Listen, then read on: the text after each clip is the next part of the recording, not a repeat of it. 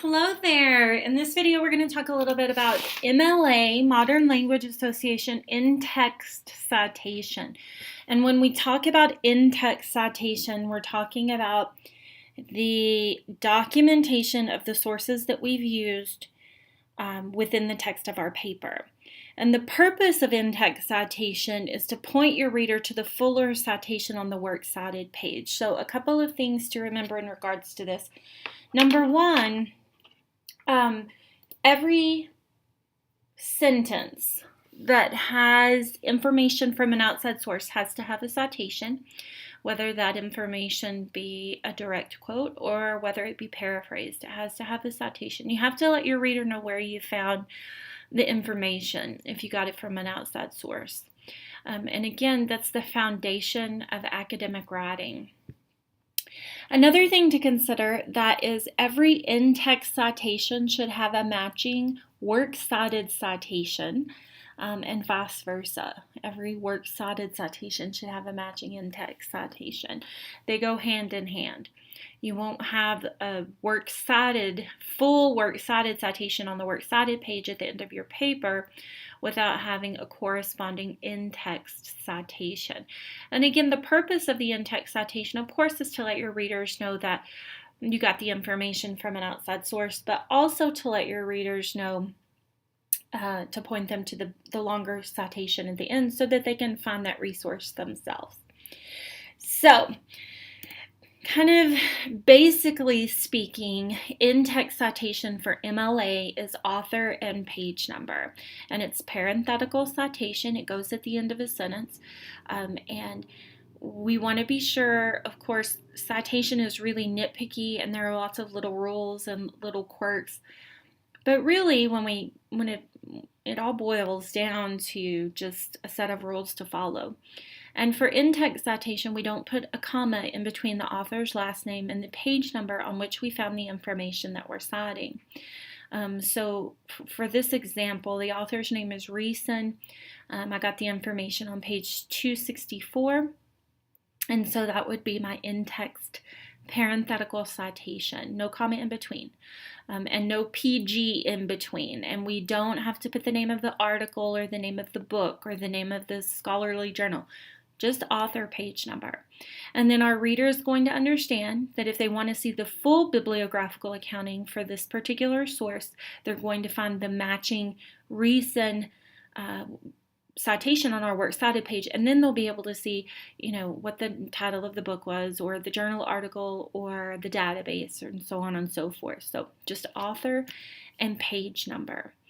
Now, a few quirks to remember. If we mention the author in an introductory phrase, and we talked about this in a previous video, all of our direct quotes will have introductory phrases. And if we mention the name of the author in the introductory phrase, then we don't have to put the name of the author. And by name, I mean last name. It's always author, last name. We don't have to put the last name of the author in the parenthetical citation. For example, here we mention the name of the author for the source that we're quoting here. So we have our lead-in phrase, we mention the name of the author that we're quoting, and then at the end we have our page number in the parenthetical citation. So if I had not written Catherine Anthony, if instead I had said, she resisted, however, and then started the quote here, Louisa, who lived a great deal in her books, if I hadn't mentioned the name of the author here, I would need to put Anthony 104 down here. Now, something to remember, we never put page numbers in the introductory phrase. Page numbers are always going to go in the parenthetical citation at the end of the sentence. Parenthetical citation goes before the ending period. So this is just like an excerpt from a sentence. We have our citation or our direct quote here, and we know it's a direct quote verbatim from the source because we have quotation marks. Close quotation, we don't put the ending punctuation here. Instead, we're going to close the quotation. We're going to insert the parenthetical citation, author, last name, and page number, and then the period goes after. And this is really important. We want to be sure that this parenthetical citation is associated with the proper sentence. And so we don't end that sentence until we have included the parenthetical citation. And this is an example of a paraphrased passage. It was published in a 450-page duodecimo. For this particular source, we'll talk about this in just a second. And these are actually excerpts from papers that I've written. For this particular source, I didn't have an author name, and I didn't even have a title of the article. All I had was the name of the newspaper in which this particular outside information was published, and it was from 1854, I believe. All I had was the name of the newspaper, and so that's why it looks a little bit different, but I did find it on page 203 there. So. But you can see here that the parenthetical citation comes at the end of the sentence before the closing punctuation. MLA In-Text Citation is sentence-by-sentence citation style. And what that means is that every sentence that has information from an outside source has to have a citation, even if it's the same citation over and over and over. And that can feel a little bit weird, but that's the way we have to do it. For example, in this paragraph, I used my Cheney source quite often. And so you can see here I have a paraphrased passage with a citation from Cheney. And in the next sentence, or in the next grammatical unit, actually, I have a direct quote from Cheney, and even though they are one right after the other, I still have to cite it both times. In the next sentence, I have another direct quote, and this is from Cheney as well. These are 3 sentences, and I got all of this information from the same source, but because I've broken my writing up into sentences, I have to cite Cheney three times.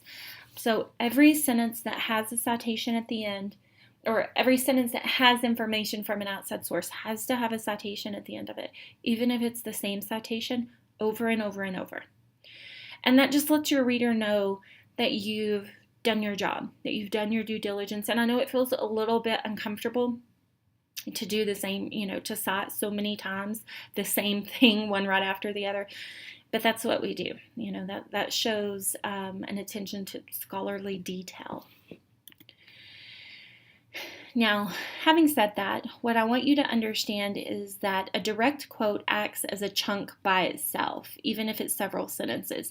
So in this particular example, I have a direct quote, starts here, ends here, and it has a couple of sentences in it, all right? I'm not going to cite at the end of each of these sentences within my quote, just because a direct quote acts as a chunk by itself. Okay, so I've introduced the name of the source here, and I've followed it up with the page number and parenthetical citation here with the ending period afterward. But since this quote was all together in the original source, all of these sentences, I don't have to cite sentence after sentence after sentence. So direct quotes act as a unit by themselves. All right, if the quote is more than 3 lines long, they should be formatted as long quotes. And long quotes are 1 inch from the left margin. We have no first line indentation, no quotation marks, and the in-text citation, for whatever reason, will be after the ending period, like this. So Alcott wrote in her journal in November of 1872 that after almost a decade of delays, this was my writing, this is my introductory phrase, and this entire thing is a direct quote. And because it's so long and I felt like that information was so important, I wanted to include the entire thing, I formatted it 1 inch from the left margin, no quotation marks, because I formatted it differently. My reader will know that this is a direct quote, it's a long quote. And then after the ending period for a long quote is when I put my citation. Concerning page numbers, particularly if you're using information from the library databases, Some of the articles that you'll find in the databases won't have page numbers. And if you don't have a page number for a particular source, you just leave it off of the in-text citation. And your reader will know, and your reader being me, I will look to see if your works cited citation has page numbers. And if your works cited citation doesn't have page numbers, then I'll understand this is just a source that didn't have page numbers. But I want to caution you here. I do look. So if I come across a citation without a page number, I'm going to check to make sure the works cited citation matches, that it doesn't have a page number. And if it does, if there's a page range of entry there, we'll talk about that when we talk about full works cited citations, then I know that you haven't done your job fully. You haven't cited in text properly. If none of your sources have page numbers, even on the works cited page, if I check there and none of your sources have page numbers, then I'm going to look up all of those sources myself, because that's almost unheard of for all of your sources to lack page numbers. So you want to be really conscious and careful of that. But again, if you come across a source that doesn't have a page number, you just leave it out. And as I mentioned before, page numbers are only ever mentioned in the parenthetical citation, never in the introductory phrase. Sometimes you'll come across sources that don't have authors. And this is a little bit more unusual, but sometimes some of the articles in the databases won't have an author. And if it doesn't have an author, then for your in-text citation, you just use whatever comes first in the works cited citation. So here's an example. This is my works cited citation, and of course we're going to talk about works cited in another lecture. But the only thing that I had available to me, the first thing that I had available to me for this citation was the name of the newspaper, the Commonwealth. I didn't have an author name. I didn't have an article name, and you can see it's from 1873, and they did things a little bit differently there then. So the first thing that I have is the name of the newspaper. Since this is the first thing in my works cited citation, that's what I'm going to put down here in my in-text citation, okay? Because again, this in-text citation is going to point my reader to the works cited citation so they can get the full bibliographical accounting. All right, so if you don't have an author name, you're going to use whatever is going to come first in the works cited citation. If you have more than one work by the same author, and this can absolutely happen. The examples I've been showing you have been about Louisa May Alcott, and there's a lady named Madeline Stern who's written like dozens of books on Louisa May Alcott and many, many journal articles. And so in a paper, if you have a scholar that focuses their writing on a particular topic, you might have more than one resource from the same author. And in that case, in your in-text citation, we have to delineate what the name of the source is, because again, the whole point of our in-text citation is to point our reader to the full works cited citation. And if we were just to put the author, and then our author is listed 4 or 5 times on our works cited page, then our reader wouldn't understand which one that they were supposed to be looking for. So if you have multiple works by the same author for your outside sources, you're going to cite it in text with the author last name, comma, the name of the source, space, and the page number. And the reason that these look a little bit different here, we'll talk more about this when we talk about works cited citations, but names of books are always italicized in MLA, and names of articles are always in quotation marks. And we want to format our book titles and our article titles the same way in text here, in this in-text citation, as we would in other places in our paper. Okay? Let's look at an example. So this is my works cited citation for the Madeline Stern resources. Again, we're going to talk about how we would format the works cited citations for these particular sources in another video. But here I have a resource by Stern, and this is a journal article called Louisa Alcott Self-Criticism. And then I have another resource by Madeline Stern called Louisa May Alcott. Since I have two stern sources, I've got to delineate which one, I've got to indicate which one I'm referring to in text. So this particular paraphrase is referring to the book. And my reader could see, well, this is a stern source, and this is Louise May Alcott, the book. This is the citation I'm looking for. And then down here, you can see that I'm citing the journal article, and my reader would know that this is the stern source, but it's the self-criticism essay, and they could come up here and look up that information. I hope this has helped kind of help you with your in-text citation just a little bit. What I really, really want you to take away from this is that any sentence that has information from an outside source, whether you've paraphrased that piece of information or whether you've directly quoted, has to have a citation.